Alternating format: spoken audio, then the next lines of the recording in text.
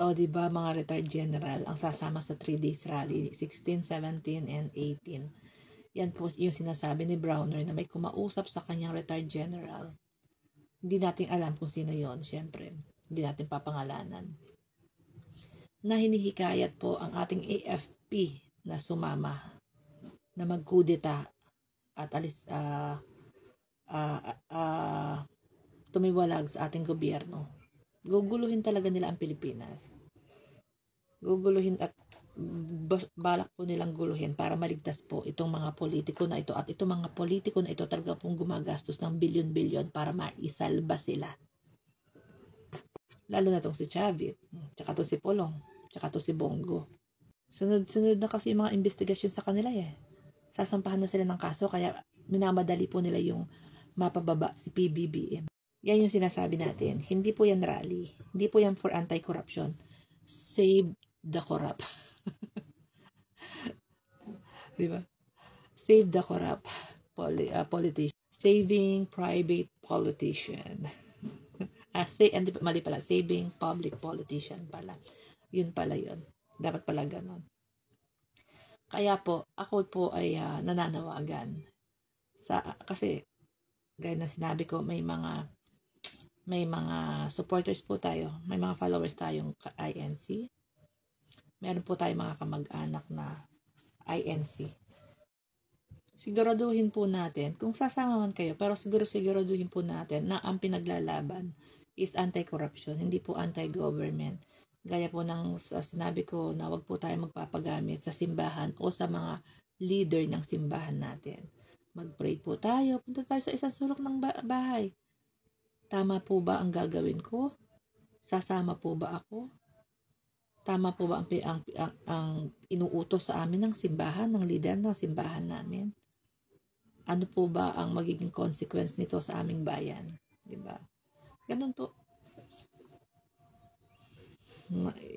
Sabi ko nga, ang sasama lang sa INC na nakamag-anak ko, yung tito ko. Yung pong kanyang asawa and yung dalawang anak hindi sasama. Ano kasi, kailangan ng attendance po talaga. Kailangan ng attendance. So, ano na lang, ako magre-reason yata, parang may mga letter press sila pag hindi ka makakapunta. Ganun. May ginagawa silang letter pag hindi nakaka-attend. O kaya, di ba pag mag-a-absent ka lang sa INC, meron kang ginagawang letter. Ganun. So, ganun din po sa ating mga kasama sa pananampalataya sa JIL. Yan po. No? Pag-isipan po nating mabuti kung tayo ay sasama. Kung ito ba ay kalooban ng Diyos. Kasi po naniniwala ako na ang simbahan hindi po dapat pinapasok ng politika. Kasi ang simbahan po is bahay ng Panginoon. So ang dapat po dyan is yung magandang balita, mensahe po ng Panginoon ang inihahatid sa mga mananampalataya. Hindi po pwedeng ihalo ang politika sa mga simbahan. Dapat po inilalabas, inihihiwalay. Hindi po pwedeng pagsamahin yan. 3 days, hindi pa tapos yan 16, 17, 18. Meron pa po yan ng 30. Hindi po sila titigil hanggang hindi nila mapapababa si PBBM. And God is good, God is great. Hindi nila hahayaan yung mga masasamang balak na yan. So, yun po. Ingat po tayo, mag-isip tayo, mag-pray tayo. Doon sa mga taga Metro Manila, for sure may sasama po dyan. Yung iba marirecruit pa, diba, from Mindanao.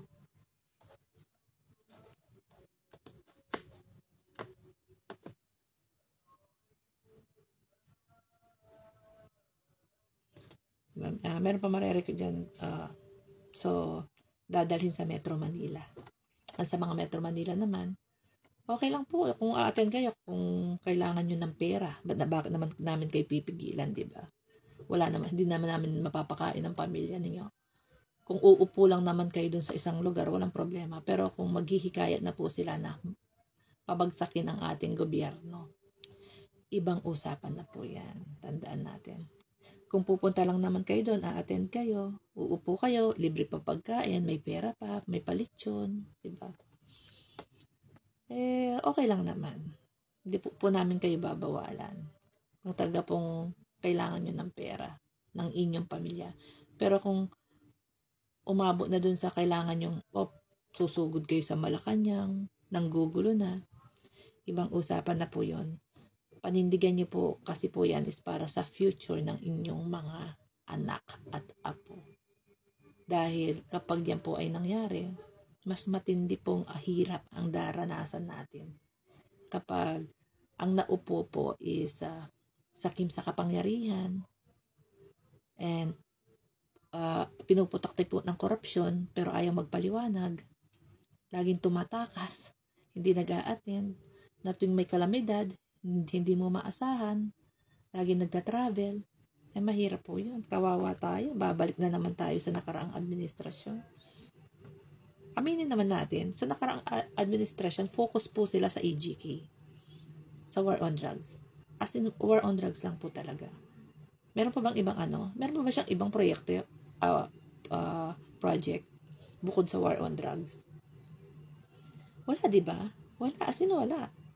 Isipin mo, meron kang economic advisor. Meron kang economic advisor na Chinese.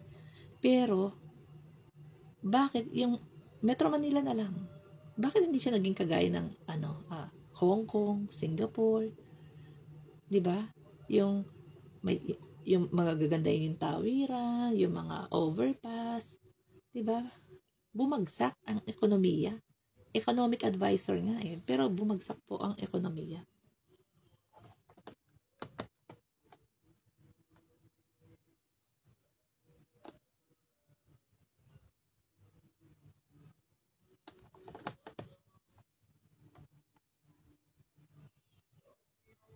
Diba? Sinesweldohan natin yung economic advisor na si Michael Yang na Chinese para umunlad ang ekonomiya natin. Pero bumagsak. Wala tayong investor. Hindi ko sinabing as in zero, wala. Diba? Meron tayo yung mga pogo investor. Tsaka yung mga Chinese na smuggler nag-invest. Diba? Kaya ang dami natin na Chinese national Grabe. So, eto po, ingat po tayo, ha? Ingat po tayo, pag-isipan natin. So, ano na ba ngayon? So, 4 days na lang.